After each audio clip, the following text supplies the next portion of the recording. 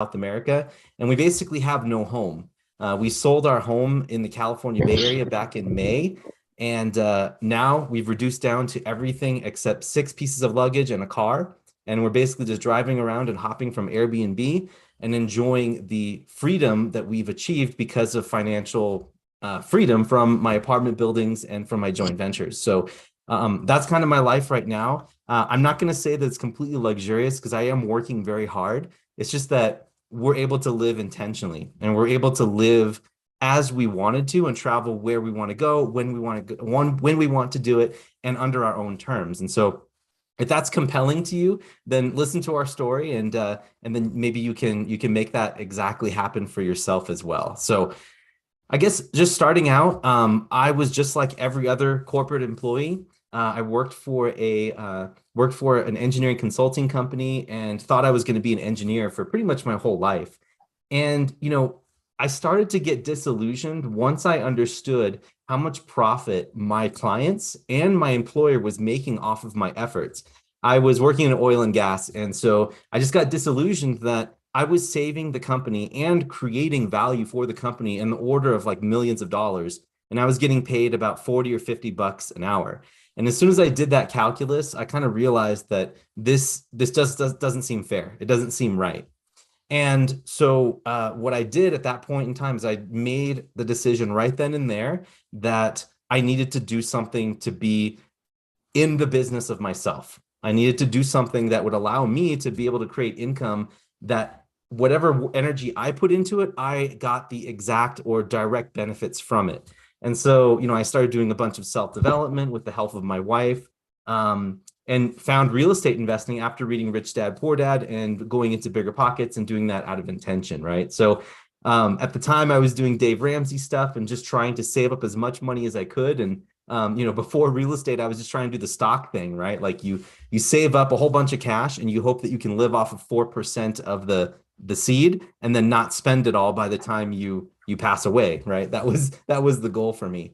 But what ended up happening, how we fell into real estate along with the Rich Dad Poor Dad, was that my wife, she had bought a condo back a couple of months before 2008, that financial crisis and the financial meltdown. So she purchased a property, I think it was like June or May or something of that year. And then in August, September, the whole market crashed. So she saw her $250,000 condo evaporate in value down to like 90K with 3 months later. So she has all this underwater debt. And by the time she finished her graduate school up in Washington State, near Seattle, I had come into the picture and realized that if we were going to sell this thing, we were still underwater. It took 4 years for the market to recover, and the property was still only worth about 150. So we had like $100,000 worth of value to recover if we wanted to sell this thing because we had a mortgage behind it, and it was just kind of a mess. So what we ended up doing was we had no other choice but to rent it out. And so we became accidental landlords, right? And, during this whole revolution, this revolution in my mind of I got to be in business for myself. I have to start creating income that I benefit directly from instead of giving all the benefits to my employer. I realized that when we were driving down from the Pacific Northwest to California, where she was getting her residency, we got our first rent check come in from our tenants. And it was well above the mortgage and it was well above the HOA fees and everything else, much to the point where we could start cash flowing off this. And I thought to myself and talked with my wife, and it's like, man, if we did this on accident, imagine what we could do if we actually leaned into this and did it on purpose. So from that point forward, it was kind of like I got the bug immediately. I started to read everything and listen to everything I could on Bigger Pockets for about a year, maybe more, because I have an engineering personality, so I like to know all the details and get into the nitty gritty, which hasn't served me well, but it works now. I'm very happy that I did all that, and then started buying single families out of state in Indianapolis. And after I maxed out all of my loans in about an 8 month time frame, I bought 10 rentals in 8 months, using my powerful California salary to buy very cheap properties in Indiana. Thought it was time to take the next step into multifamily and started doing joint ventures. Then people started asking me questions about how I was doing all of this. And then I decided it was probably best to write a book about it because I wanted to scale out and not have to answer the same questions over and over again. That led into capital raising, and then I got more mentors and started discovering syndications. And then kind of from there, the rest is history. In the last year, we've scaled up from having only 50 multifamily units to now over 400. And we're under contract on another about 100 or so across 2 properties, both in the Midwest. So we're very busy. And while we're doing all of this, what I wanted to add too is that there's the travel aspect, right? When COVID hit, we were in the middle of ramping up our operations, and I still had a full-time job. And we had moved to a suburb of the California Bay Area known as Brentwood. And I think Vinki knows that city very well. And when we were out there, my wife had wanted to move there because she had a brick and mortar business that she was working for as a doctor. She was serving them. But when COVID came, everything shut down, including her place of business. And we both had to go virtual. I was working at PG&E at the time, which is a utilities company in the Bay Area. And she was working as a in-house doctor at a retirement facility. So we both went virtual. And then we started to ask ourselves, hey, would we buy this house again if we didn't have if we didn't have to be here? And the answer to that question was no. So what we decided to do is we started to look around and see what we could do from here. And we decided to list the house. And when we listed the house, we started traveling all across California, got the house sold. And we realized that in the Bay Area, our freedom number, right, which is how much money we needed to make each month, was really high. It was something like 15,000 or 16,000 a month in order to get that. So we weren't anywhere close to that because of the cost of living. But what we realized is once we left and we could determine where we wanted to travel, you can do a lot of living for like half that. For like $8,000, you can live comfortably in a lot of different places across the United States and even in the world for that type of money. And so we decided that we were going to essentially do that. And so we first got our location freedom by being able to escape our desk and our office situation because of COVID. Thanks to that, we were able to travel anywhere, and I was continuing to work my W-2. Then once my W-2 started getting in the way and I realized that we didn't need the money anymore, then we let that go and started to allow ourselves to get time freedom. Now, without my full-time job, I was fully able to decide what I wanted to do each day, right? And then we eventually got to work on financial freedom, and that was easy enough because we had full control of our expenses. We can travel anywhere we want to go. If we want to live cheaply for a couple months, then we go to the Midwest, right? If we want to live it up, then we're going to Maui, right? So we have that ability to kind of pick and choose where it is. So what I'm trying to say is that the idea of financial freedom is very fluid, right? You can do it even if you have kids.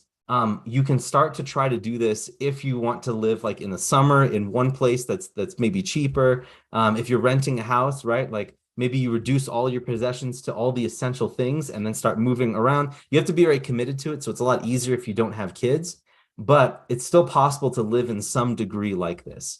One thing you can take away from this is you can also start reducing your living expenses as much as you can to lower that bar so you can get to financial freedom together.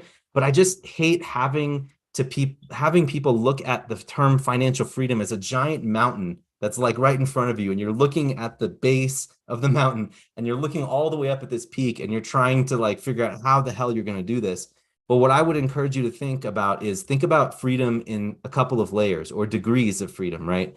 The first one is location freedom, and you can still do that while you're working a full-time job. You just have to find a job that will allow you to do something like that. So if you can step into a job that will allow you to basically work from anywhere, then you can go ahead and just make that leap, right? Like you can become fully mobile and work from anywhere you want to work. And then the second layer is time freedom. And you can also do that with an employer if your employer is willing to be able to give you, like measure your performance based on your output and not necessarily your time. And there are some cool things that you can do with virtual assistants, things you can do to kind of like help make the process easier so that you can outsource some stuff and have someone help you even with your full-time job and your personal situation. So I would encourage you to try to think in that way. And once you have time and financial freedom, you're pretty much almost all of the way there to the lifestyle that you would want to live with financial freedom, right?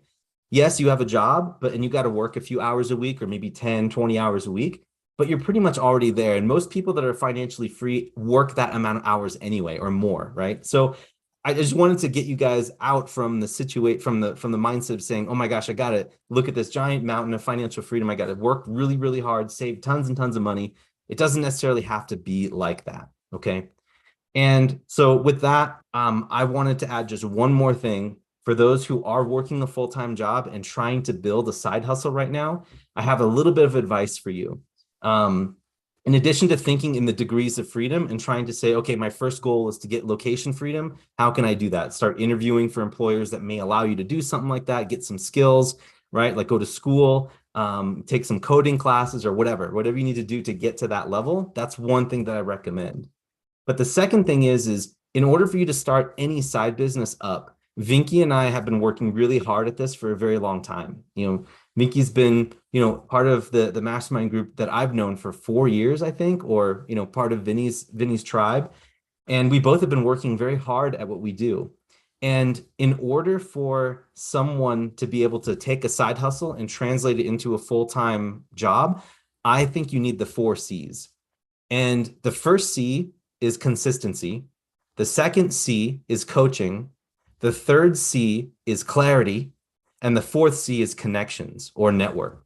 If you have any 4 of these things, or if you have a tendency to lean into one of these, please do that, right? For me, in my case, it was consistency. I knew that when I was walking into my full-time job, that I was going to spend 1 hour in the morning before anyone else got to the office to focus on getting my 1 hour of real estate investing in before everything else went forward with my full-time job. And what starts to happen when you're doing the side hustle thing and you're focusing on one of those C's really hard, you're very serious about one of them, the other 3 will just automatically start to pop in. If you have a super, super clear vision about what you want, and that's what you resonate with, and you just visualize that all the time, eventually you're going to need to be consistent enough to be able to first visualize that, but then take the actions to make that vision a reality. If you are super serious about the connections and you spend all your time on LinkedIn, talking with Vinki and other like-minded folks here, then eventually you're going to be motivated to start being consistent, get some clarity in what you want, and then eventually the coaching is going to come in.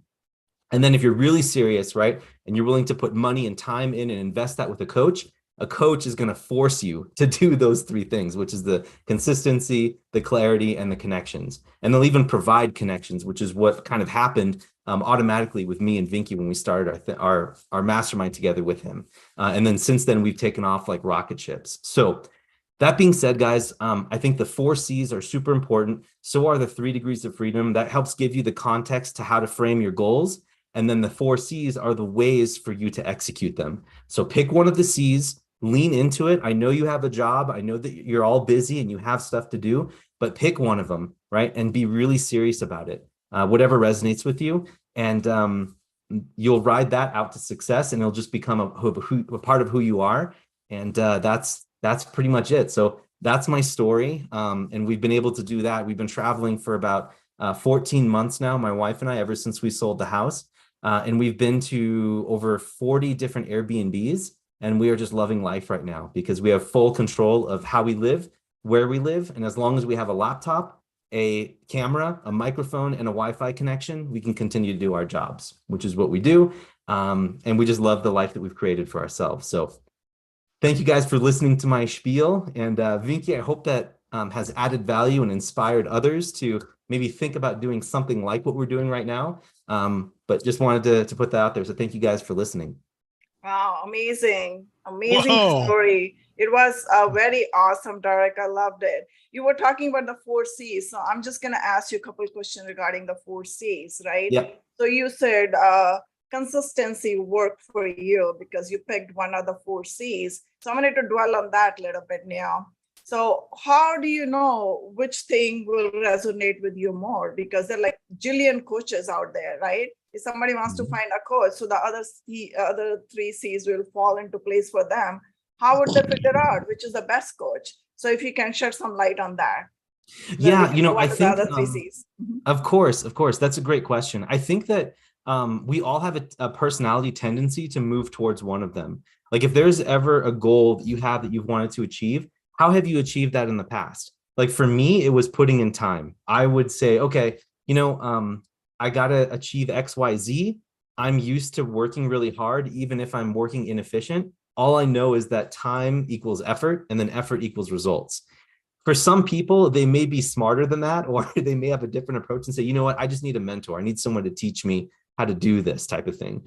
And I think, based on your personality, any one of those C's, any time, if you hear me talking about those C's and describing them, if you feel a ping in your head that says, oh, I like that, right? Listen to that intuition, because that is most likely the path that you're going to go that has the least resistance. That's the one you need to be going down. Wow, that's a great answer. I really like that. And then how about the clarity? Because I had one person on my podcast. So we're talking about the clarity. So a lot of people, they talk about it, if you are clear about your vision, your goals, you are to achieve them faster because you will know how to get there, because you got to have some target, some goal, some vision for yourself. And then that's what we're talking about, the clarity, because this is the clarity because you know your goals. But this person, he brought a really interesting, concept for me. He says, clarity starts with fog, which is like a really good one. I can put the link in the chat for that podcast, because everything kind of foggy. You go through the fog to figure out, then you have the clarity. So what is your take on that? I completely agree. I think that clarity is something you're going to have to work on, but I'm, like I said, you have to lean into one of them, right? But as soon as you're crystal clear, there's a thought process that goes behind it. For me, I need the consistency piece for me to get the clarity, right? But a lot of people somehow, they know what they want. Like they see something that's there and they resonate with the goal so much that they put these images in their head, that they're resonating. They're like, this is exactly what I want to do. And if those images are powerful enough, whether you take them, because I've done all four of these things, right? And I've really leaned into them. You can take a vision board and paste them everywhere in your house, right? Put them on the door to your office, put it on the door to your work office, even like the life that you want to create. Those messages are super, super powerful. So in a way, they're also consistency. It's also a little bit of coaching, and there's going to be a sense of community because people are going to be drawn to that. So all four of these C's kind of are drawn and connected to each other. So really what I'm trying to say is that just pick one of them, because they're all going to drag each other up, right? So whatever you resonate with, you got to lean into that. And I completely agree, Vinki, that like the clarity piece, it starts with the fog, but you put in the work, right? Whether it's consistent over time or whether it's inconsistent over time, or it's even a stroke of inspiration that you get in nature, right? It doesn't really matter. As long as you get that clarity piece and you have it in your head and you're super clear, then you're going to be able to achieve what you want through the other C's as well. That's good. So let's talk about the fourth C as well, communication. How much importance you give to communication, and what kind of communication? That's the, number one thing over here. Just not, showing up to the networking sessions good, how to make the connections, how to follow up. Yeah. We can talk about that a little bit. Yeah, the connections piece is super important. I'm super glad that you guys are all here for this, because the connections is what helps open up your mind, and you get inspiration on your vision because you're talking with other people. You get introduced to mentors, and you start to get inspired to be consistent and continually build the connections. So the connections are really important. Everyone knows on this call, I know Emma's with us, and hey, Emma, it's good to see you here again. And Vinki, you guys are pros at what you do. Angel's there also. Hey, Angel. All of you guys are pros at what you do. And it's because of the network that you've built, because you know who to ask for references, to ask for resources. And so it's just a part of the entire process, and people are going to come and gravitate towards you at whatever level you're at, And so I think, Vinki, the connections piece is really good. And an extra benefit is that you get to learn how to interact with other people. If you're not a people person, that's okay. You can find a community to work within that piece, but you still have to work with other people, because we're in the people business. Real estate is a service, and we're working with other people. So I think that the connections piece is one of the most important things that people are maybe reluctant to do. At least some folks like me. I used to be an introvert, and I've kind of taught myself out of that. It's just, that's what the business will do to you.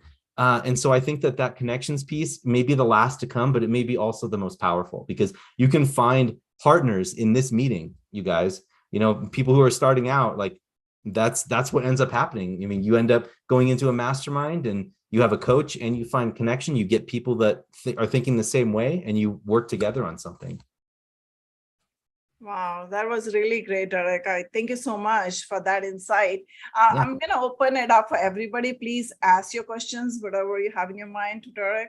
He has an awesome, awesome story. And then he built a full-time career from his side hustle. I'm really proud of you, Derek, how Thank you. you're looking at your journey. It's pretty awesome. Thank you so much. Very good.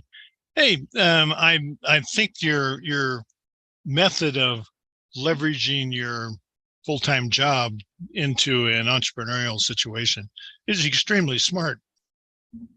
So many startups that I've run into, whether it's a tech startup or a commercial real estate startup or just real estate startup, they quit their job thinking that they're going to be getting in good shape pretty quickly, and then they get desperate, and the desperate leads to all kinds of dumb decisions.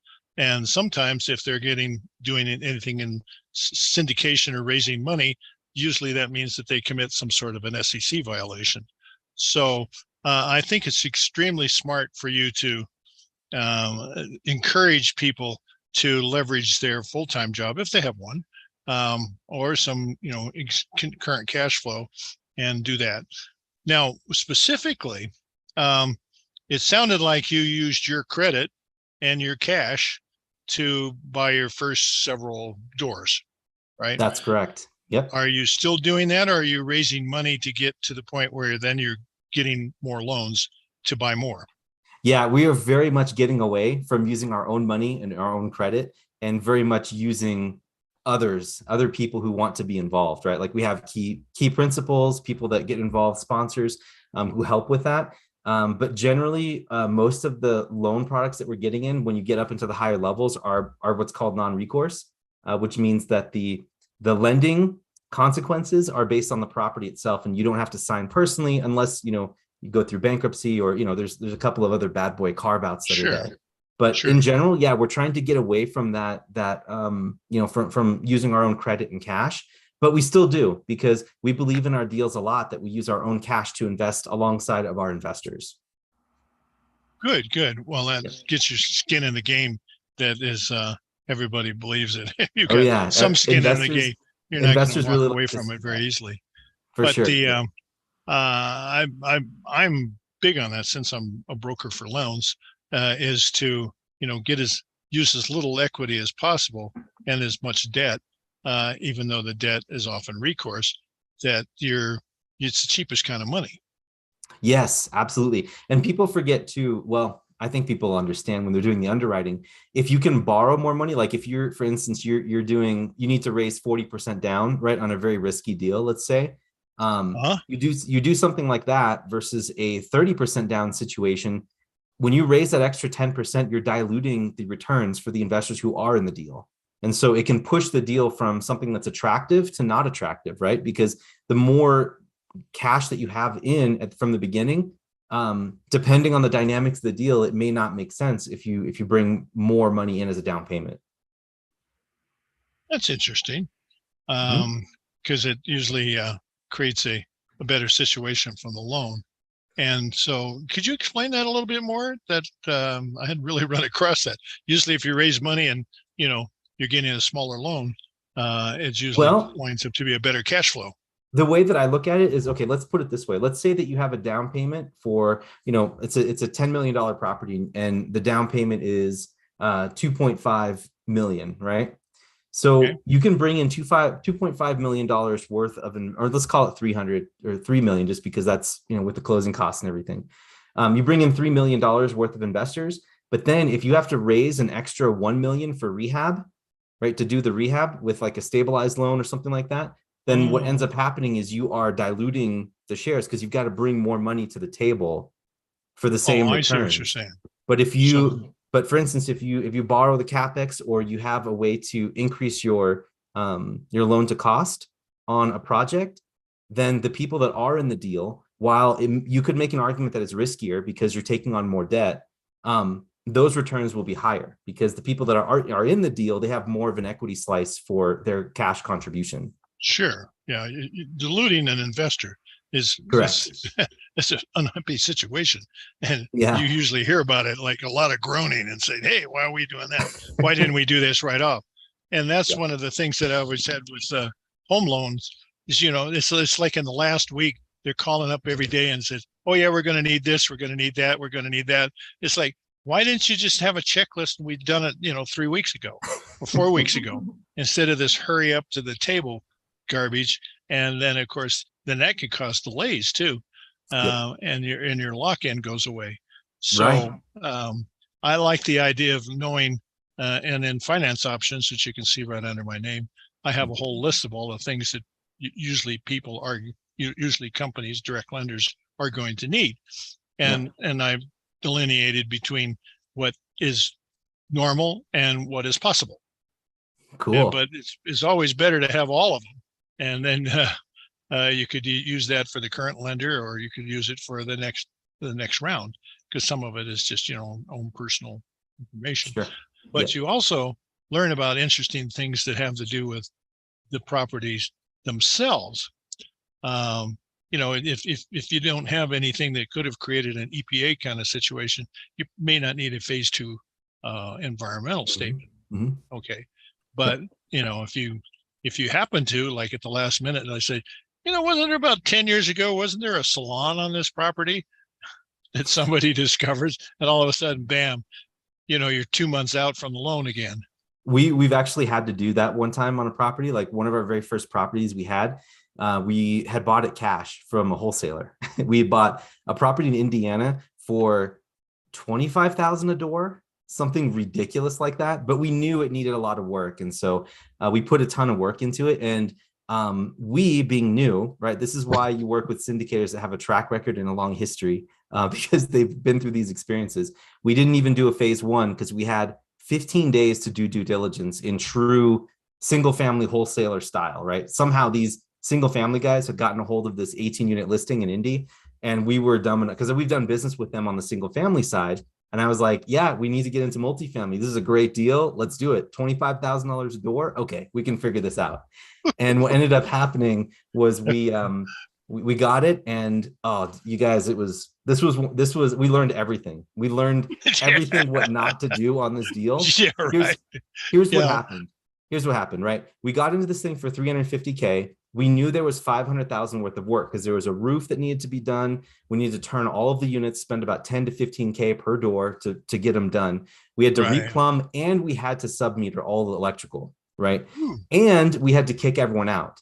And it was so bad, you guys, like this should have been the red flag. When we were under contract, the broker, he called us up and said, hey guys, this is really unorthodox, but the seller is wondering if you could send in an extra $3,000 of earnest money to replace a furnace that's going out on one of the units. And I'm like, you're kidding, right? And we of course we said no, but that should have been an indication of how this property was being run, right? You kind of feel like they were doing this. Yeah. So what we ended up doing was like we thought it was a $500,000 rehab.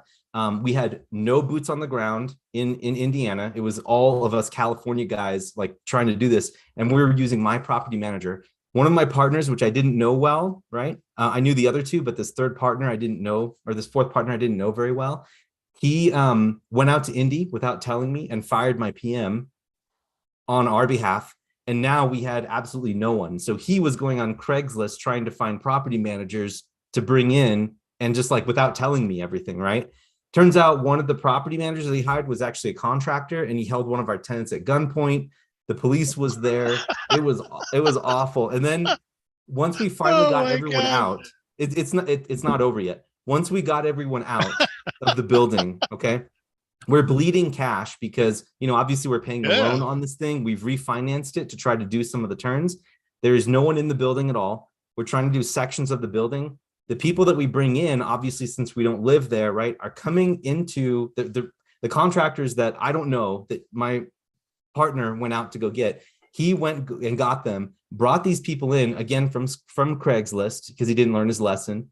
And they were supposedly turning units, but what they were really doing, you guys, is they were taking photos of other units they were working on and taking our material and time and sending us pictures of the other units that they were working on.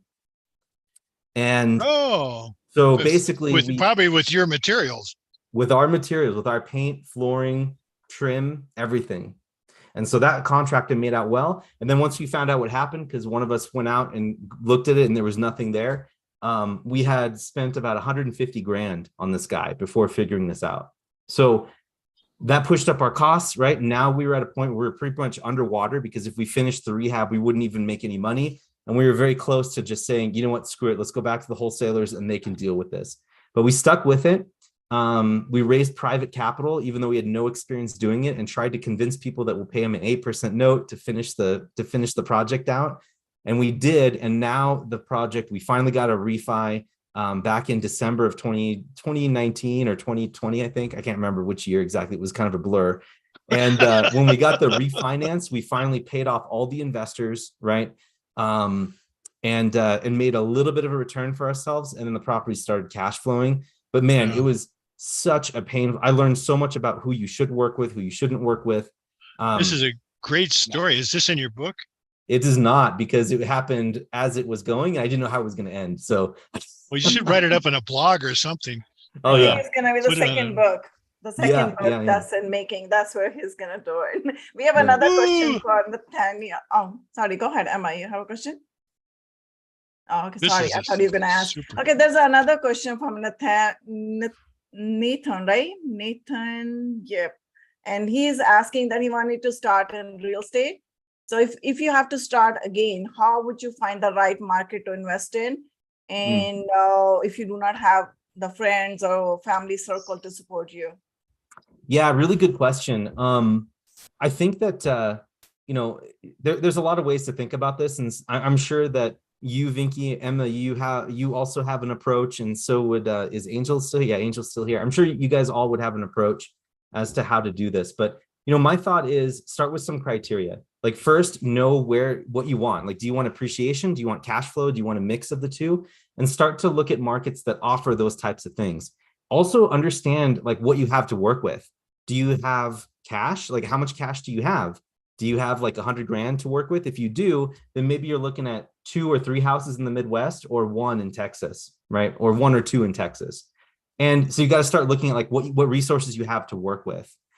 So first I would start screening with like what it is that where you can go first, and then think about markets that are cash flow or, appreciation markets and what is important to you. And this is an iterative process, because you're going to have to meet people that's going to say, oh, I really like what these guys are doing. And sometimes it may work, if you're going to be active, right, on this, to just find someone who's doing what you want to do and just copy them, do what they do. But if you want to just do completely, like you just want to be hands off and start getting all the benefits without any of the headaches, there are at least 3 other people on this call that I know that can help you with passive investing, which is a very easy thing to do. It's much simpler. And you get the benefit of investing in real estate without having to do the headache, because you're bringing cash, and then folks like Vinki, Emma, and Angel, they'll be able to bring the skill, the network, and the sweat equity to help deploy your cash efficiently. And believe it or not, your returns that you put in on the single family side is probably going to be close to what they can get for you. But in all fairness, if you want to start scaling and doing real estate yourself, I do recommend you do single families or small multi yourself, because then that will teach you the basics so that when you start scaling, you can start leading other people. So it really depends on how far-minded you want to be and how serious you want to be in this business. But I think syndications are kind of an ideal mix of, if you just want to work on doing good at your active income and converting it to passive by working with other syndicators, that's one option. Or if you really want to start going down the active route with buying houses and doing it yourself, that's a whole nother set of skills too. So you got to start there. And then if you do decide to go active, start going through the iterative process, do the 4 C's, right? Pick the C that you really want to get into and start going from there at that point. You can also do the 4 C's on the passive side, but it's a lot simpler because, they can basically walk you through a lot of it. So I hope that helps. I don't know, like it feels like I'm giving you an answer that means you have more homework and not really a silver bullet. So I wish I could give you that, but there isn't a silver bullet in real estate investing. I think that was a good answer. One of the things I heard the other day is there's markets and there's submarkets. And so you've seen the situation where you're right across the street from some sort of a negative, and you could have wonderful, $500,000 houses on one side of the street, or beautiful families, and then on the other side, it's a dump. And so that submarket is just not going to help this market. And so the whole market is, even though the whole market, the demographics might be wonderful, et cetera, it may not be the good place to invest if you can see that. And if you can't route somebody to your property that's not going to go buy something ugly, then you're probably in trouble. Yeah, for sure. I would say, Nathaniel, to add on to what Kenton was talking about, let's say, if you're active, and once you pick your market, I think what you need to do is start building your Rolodex of people in that market. You're going to need to talk with property managers, agents, contractors, lenders, even in that market, and start to build the relationships there online, right? And tell them, look, I've got 100,000. I want to deploy. I'm willing to do this. I'm really committed. And then what you do is, when you fly out to that market or you go to that market, and I highly recommend you don't invest in California for a lot of reasons. I mean, some people do really well, but there's so much better markets out there. When you fly or drive out to that market, spend your time talking with the people. Don't spend the time driving around the neighborhoods. It's not going to serve you on your first visit. You'll get an idea of the town and everything, but your agents and your property managers, they will tell you where to go, where they're seeing investment opportunities. So that's on the single family side. And then on the passive side or the multifamily side, it's a little bit different. It's more about talking with the operators and going out to visit them on their current projects, vetting their history. So there's a lot of different ways that it can go. So I wish I could give you a more direct answer, but I just need to know more about you before advising you. I think you gave a very good answer. And the answer is it's all, I would say, networking game, kind of who kind of in this game. So it's better that you have your network set up, your team set up. It's a team sport. It's not a one-person show kind of thing, It's not a one-man show. It's like a team effort, doing it together, collaboratively, and achieving more. And anybody has any questions at this time, please ask. I think Dan had a very funny question. I didn't get to read it. Don't even ask. I'm almost afraid to hear it.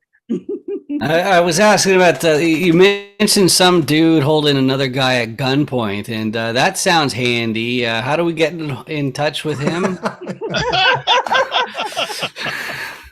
Actually, it's even better than that, Dan. It was a mother with a child that was in her arms while on the couch while this was happening. Okay, yeah. Okay, yeah, wow. But, I'd be happy to connect you two. You guys may hit it off. Yeah, give him my address too while you're at it. I don't have enough to be nervous about. Lots of fun. Yeah. Any more questions for Derek? Go ahead. I came in a little late. What are the 4 C's? Oh boy, you missed a good one, Emma. I know. No, sorry, I had an appointment.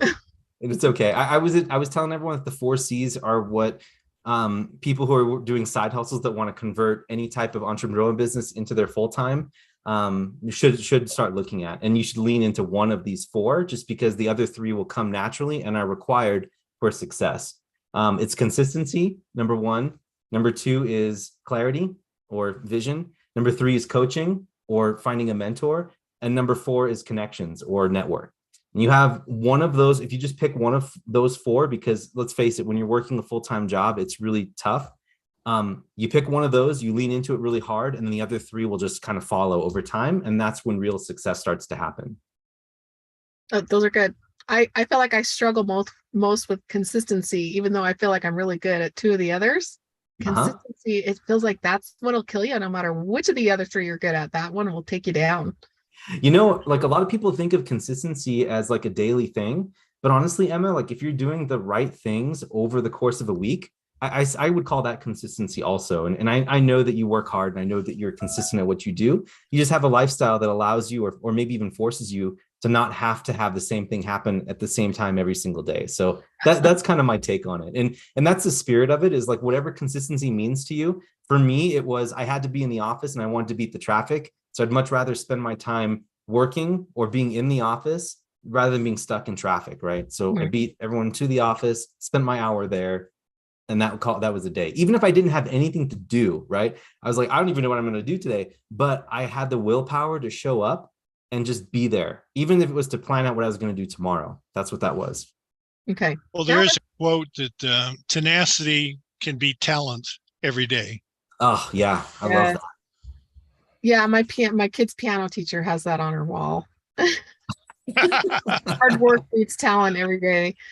I think the biggest problem that I have with consistency is more follow-up.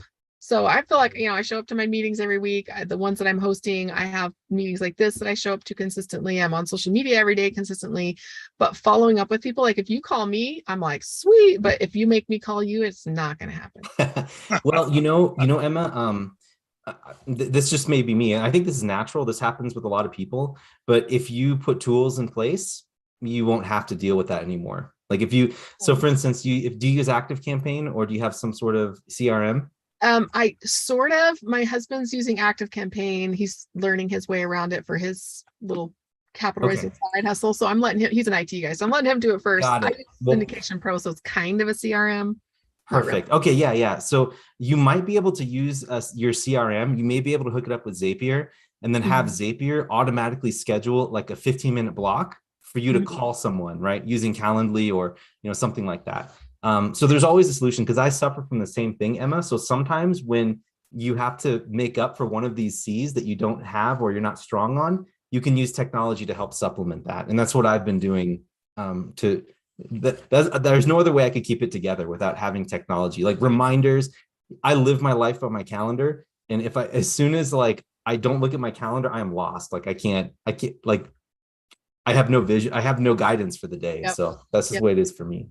The calendar is God. And the reason I'm asking this is because I know a lot of people struggle with this greatly. And I feel like while hard work and dedication and discipline will beat talent, if you have to rely on discipline in order to get something done, your likelihood of ever doing that is increasingly low because it relies on willpower and it relies on discipline. So I'm trying to remove discipline and motivation as much as possible and build it into like, I just like this. I guess that would be motivation. I just like doing this. So I do this stuff. And the stuff that I don't like, I have to figure out how to eliminate, delegate something because some stuff I just know I'm not ever going to do.